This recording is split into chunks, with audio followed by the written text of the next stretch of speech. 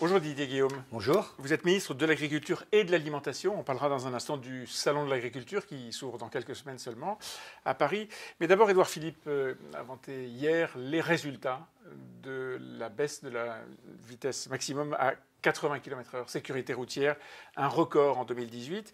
Est-ce que ça vous a fait changer d'avis sur cette mesure, les 80 km/h, que vous avez à plusieurs reprises critiqué? Non, je ne l'ai pas critiqué. J'ai critiqué peut-être sa mise en place sur les départements. Ce que je dois dire d'abord, c'est qu'Édouard Philippe a fait le bilan de l'abaissement de la vitesse depuis le mois de juillet, mais sur l'année 2018, il y a une baisse de la mortalité. Il faut s'en réjouir. Et il faut absolument lutter contre la mortalité sur les routes. Et le 80 km/h est une mesure, et est une bonne mesure, que je soutiens.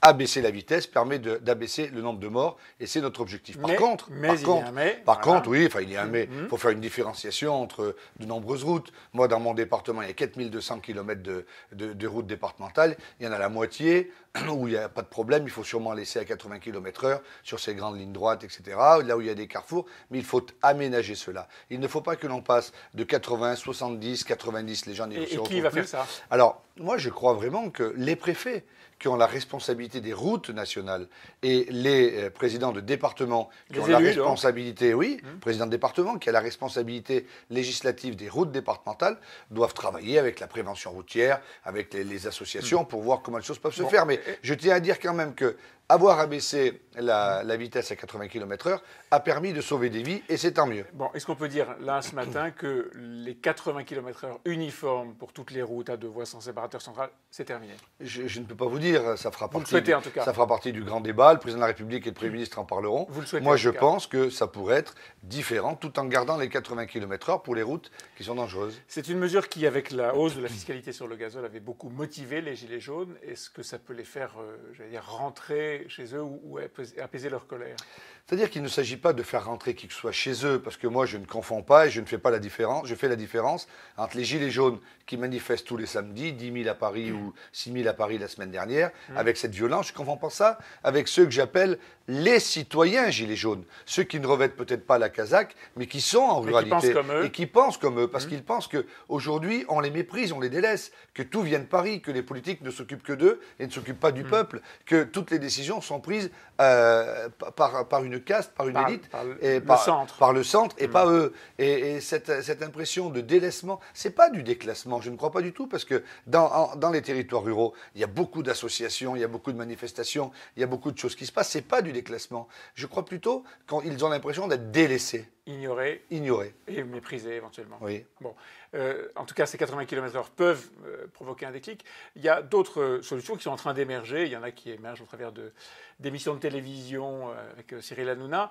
Je pense par exemple à la baisse ou la disparition même de la TVA à 5,5% sur les produits de première nécessité. Oui, c'est une bonne idée. Ça fait partie de toutes les pistes. Mais maintenant, moi, je ne vais pas répondre question par question. Parce qu'il ne s'agit pas de dire oui, parce qu'on peut répondre à plein de choses. Et après, qui paye l'ardoise? Qui paye l'addition? Voilà. Donc, il faut les pas, mêmes, hein. faut pas, oui, ben, c'est nous. Il ne faut pas tomber dans le populisme. Il faut essayer de mettre de la cohérence. Moi, ce que je veux dire, c'est qu'il y a beaucoup de mesures qui sont abordées dans les débats. Rendez-vous compte, 300 000 personnes sont intervenues sur la plateforme du grand débat. C'est un succès de dingue. Ça plaît à tout le monde. Après, il faudra exploiter.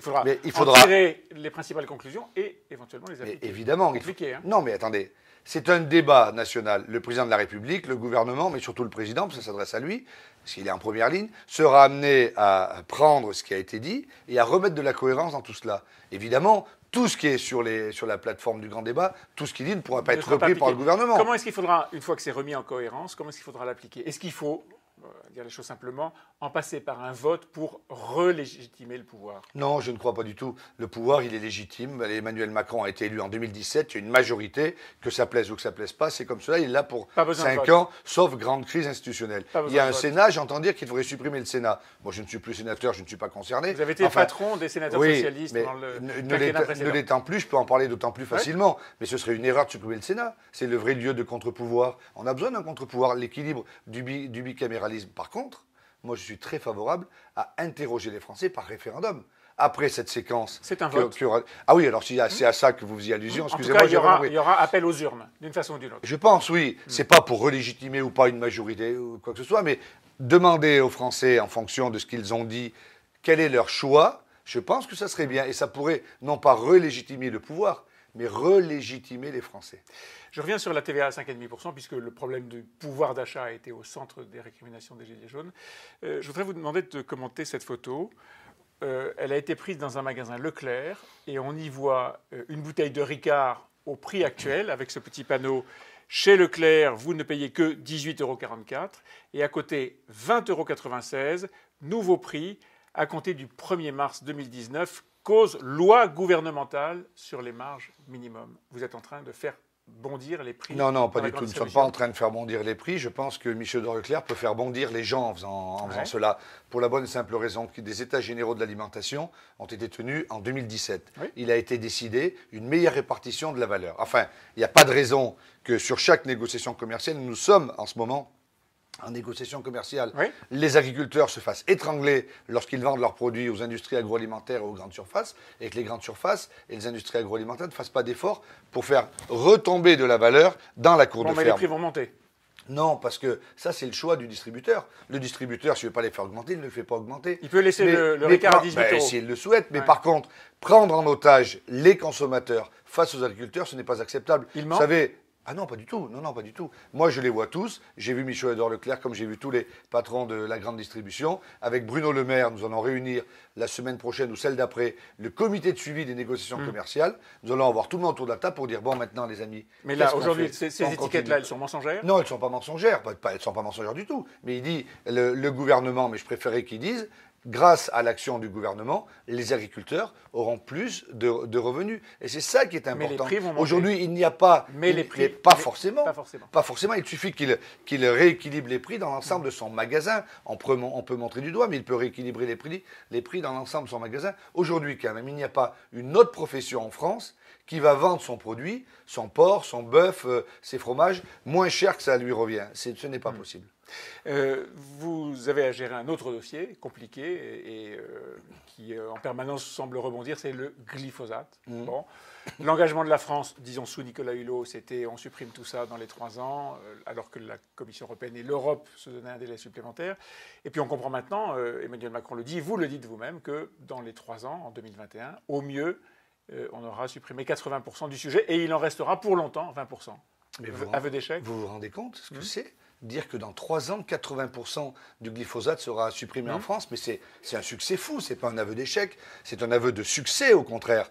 L'Europe voulait mettre... Pas pour ceux qui veulent protéger la nature et supprimer, éradiquer le glyphosate. Ah mais non, mais ça bien sûr, mais en éradiquant le glyphosate aujourd'hui, on éradique des pans entiers de l'agriculture française. Et ça, je ne le veux pas. L'Europe voulait le mettre à 10 ans, ça a été ramené à 5 ans. La France est plus vertueuse que l'Europe. La France est le premier pays à dire nous allons arrêter le glyphosate en 3 ans. Par contre, il a toujours été dit que nous ne laisserions aucune filière, aucun agriculteur sans solution. Or, aujourd'hui, il peut y avoir des secteurs dans lesquels ce ne sera pas possible dès 2021. Eh bien, nous prolongerons jusqu'en 2022, peut-être, nous verrons bien. Le temps de trouver soit d'autres molécules, soit d'autres façons de cultiver. Parce qu'il y a une chose qui est sûre, c'est qu'il faut faire muter l'agriculture. Ouais. La transition agroécologique est indispensable. Nos concitoyens nous demandent des produits plus sûrs, la sécurité sanitaire. Et je ne crois pas qu'il faille aller contre l'avis de nos concitoyens. Au contraire, il faut réconcilier ces deux France. Vous parlez tout à l'heure des 80 km/h. Il faut réconcilier la France urbaine, la France rurale. Au fond, tout est une question quoi, de délai ou de souplesse dans l'application d'un certain nombre de décisions? Non, mais je n'ai pas de souci pour la suppression du glyphosate pour 80. On dit 80%, ça peut être 75, ça peut être 85, pour la plupart. Mais dans certaines filières, il faudra y avoir des plus près. Et moi, je ne laisserai pas, comme ministre de l'Agriculture, je ne laisserai pas des filières sans solution au risque de les voir disparaître. Parce qu'il ne faut jamais oublier que des produits avec du glyphosate continueront à rentrer en France. Ouais. Il y a aussi un travail d'harmonisation à faire. C'est plus facile de parler de ça avec François de Rugy que ça ne l'était avec Nicolas Hulot? Bah, moi, je ne crois pas. Enfin, j'avais pas eu l'occasion de discuter avec Nicolas Hulot. C'est tendu. Votre prédécesseur Stéphane Farmer et Nicolas Hulot, ils étaient. Oui, mais j'ai vu que Nicolas Hulot reprenait la présidence de sa fondation, donc je ne manquerai pas de. Parler. Oui, je vais le voir très rapidement. Puis moi, j'avais de très bons rapports avec Humain, comme ça, j'ai pas de problème avec Nicolas Hulot, et j'ai hâte de discuter avec lui sur tous ces sujets, parce que vous savez, aujourd'hui, il n'y a pas les bons et les mauvais, c'est pas tout noir, soit tout blanc. Il faut avancer. Moi, j'ai beaucoup de respect pour les ONG. Et j'ai beaucoup de respect pour les agriculteurs. Je pense qu'il faut que les uns et les autres se parlent. Ils seront dans quel état d'esprit au Salon de l'Agriculture? Ils sont dans un état d'esprit difficile, vraisemblablement, parce que les prix remontent peut-être dans certaines filières, mais pas encore. Parce Donc qu'il ça y a va beaucoup de secouer? Non, je ne crois pas. J'ai essayé de répondre, le gouvernement a essayé de répondre au problème de la sécheresse, au problème de la peste porcine africaine, sur les négociations commerciales, sur les travailleurs saisonniers. Nous avançons dans plein de sujets. Mais forcément, aujourd'hui, les prix ne sont pas encore là. Et les agriculteurs, surtout ce qui les choque vraiment, et ce qui est insupportable aujourd'hui, c'est cet agribashing. Ouais. C'est ce food bashing. On ne peut pas continuer comme ça. Enfin, les agriculteurs ne polluent pas les sols pour se faire plaisir. Ils ne polluent pas les sols. Ils utilisent moins de pesticides, Le salon de moins d'eau qu'il y a l'agriculture 10 sera ans. une façon de les remettre en valeur? Et ça sera pour les remettre en valeur. Moi, je souhaite que le gouvernement, que le ministère que j'ai l'honneur de diriger aujourd'hui, remette en valeur cette grande idée de la ruralité et de l'agriculture. La ruralité, l'agriculture, les femmes et les hommes qui travaillent dans ces territoires où il faut faire beaucoup de kilomètres pour avoir des services sont des gens formidables. Un mot sur le Brexit. Brexit et politique agricole commune, ça fait mal? Oui, très mal, ça va faire très très mal et nous nous battons aujourd'hui pour amortir le choc. On ne sait pas encore vraiment comment les choses se passeront, mais forcément, le fait qu'il y ait un pays en moins, ça risque d'avoir des conséquences. J'étais hier au Conseil des ministres à Bruxelles, nous avons décidé à l'unanimité de nous battre pour maintenir le budget de la politique agricole commune et puis surtout le Brexit pêche. Et nous travaillons aujourd'hui avec l'Union européenne, la Commission et je veux vraiment, Nicolas Bétou, rendre hommage à Michel Barnier. Nous avons un grand commissaire français, mais un grand commissaire qui a travaillé beaucoup sur cet accord. Et maintenant, nous nous battons pour que les pêcheurs français puissent continuer à pêcher dans les eaux territoriales britanniques. Un combat quasi quotidien. Merci Didier Guillaume. Merci à vous.